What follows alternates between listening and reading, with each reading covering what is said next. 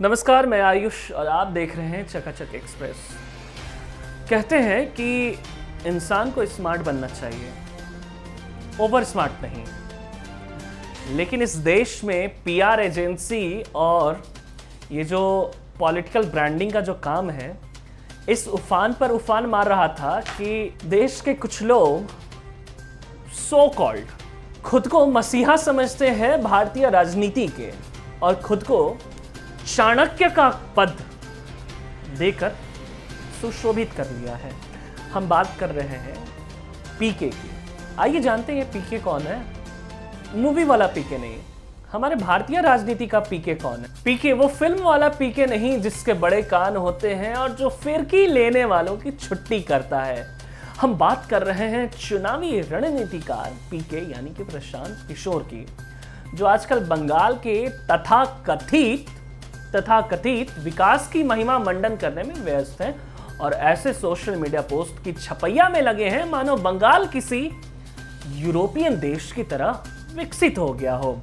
ऐसा लगता है कि वो और उनकी कंपनी आईपैक या कहें इंडियन पॉलिटिकल एक्शन कमेटी करो ज्यादा का इरादा वाले फॉर्मेट में काम करती है। तभी बंगाल तृणमूल कांग्रेस के कुछ नेता उनसे हताश और निराश बताए जा रहे हैं।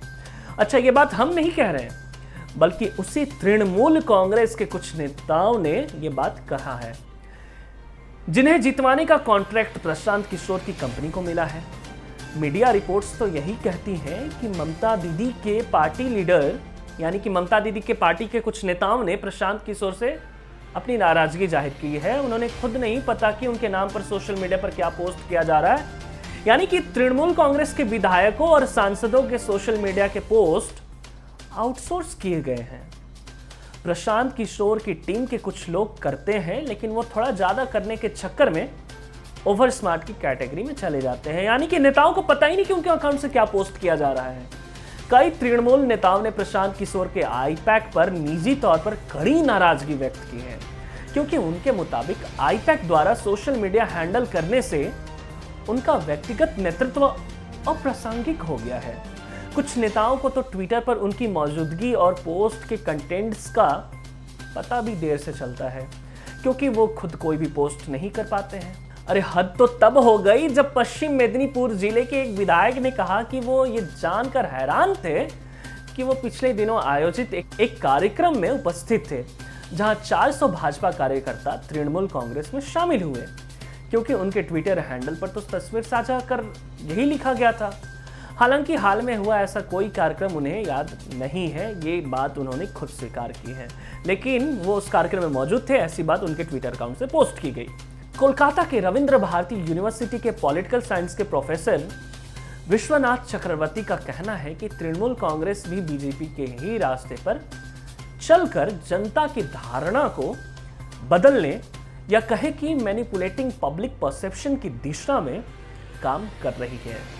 ये एक तरह का प्रॉक्सी वार है। खैर, कुछ समय पहले ही बंगाल भाजपा ने प्रशांत किशोर और उनकी टीम पर सरकारी कामकाज में हस्तक्षेप करने और सरकारी अधिकारियों को निर्देश देने जैसे कई संगीन आरोप लगाए थे। बीजेपी के प्रदेश अध्यक्ष दिलीप घोष ने डंके की चोट पर कहा था कि सर्वेक्षण के बहाने पीके की टीम के लोग तमाम सरकारी दफ्तरों में पहुंचकर अधिकारियों को निर्देश देते हैं, जो कि सरासर गलत है। आपको बताते चले कि दीदी यानी कि ममता बनर्जी ने तृणमूल कांग्रेस के तमाम नेताओं को व्हिप जारी कर प्रशांत किशोर की सलाह और निर्देशों पर अमल करने को कहा था। तो आप समझ ही गए होंगे कि जब ये निर्देश आला कमान से ही है तो भला विधायकों और सांसदों की कौन ही सुनेगा। वहीं तृणमूल नेताओं की नाराजगी को प्रशांत किशोर ने यह कहते हुए टाल दिया कि ये आधारहीन और गैर जिम्मेदाराना बयान है।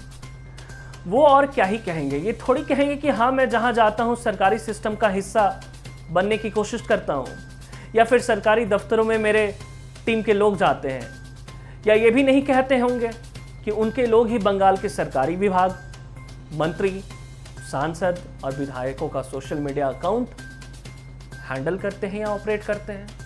वो तो यानी कि प्रशांत किशोर तो इससे झुठलाएंगे ही। आखिर प्रशांत किशोर और उनकी टीम जी जान से ये साबित करने में लगी है कि बंगाल में ममता का कोई विकल्प ही नहीं है। आपको वो फिल्मी डायलॉग याद है? अच्छा, याद ही होगा। बड़े बड़े देशों में ऐसी छोटी छोटी बातें तो होती रहती होंगी या होती रहती हैं। इस मामले से तो यही प्रतीत होता है कि सत्तावादी गुटों ने लोकतांत्रिक प्रणालियों की नींव को कमजोर कर दिया है। सोशल मीडिया प्लेटफॉर्मों पर जनता की राय में हेरफेर सार्वजनिक जीवन के लिए एक बड़ा खतरा बन गया है। जनता के साथ ये एक छल किया जा रहा है, लोगों को बेवकूफ बनाया जा रहा है। जनता को फंसाने के लिए विभिन्न माध्यमों से जाल बिछाने का काम जोरों शोरों से बंगाल में चालू है। क्या ममता दीदी के नेताओं में इतनी खामियां हैं कि वो अपना सोशल मीडिया तक हैंडल नहीं कर सकते, या फिर वैचारिक रूप से वो इतने गरीब हो चुके हैं कि जनता को ठगने का जिम्मा एक एजेंसी को दे दिया और खुद को धोखे में रखकर अपना परचम लहरा रहे हैं?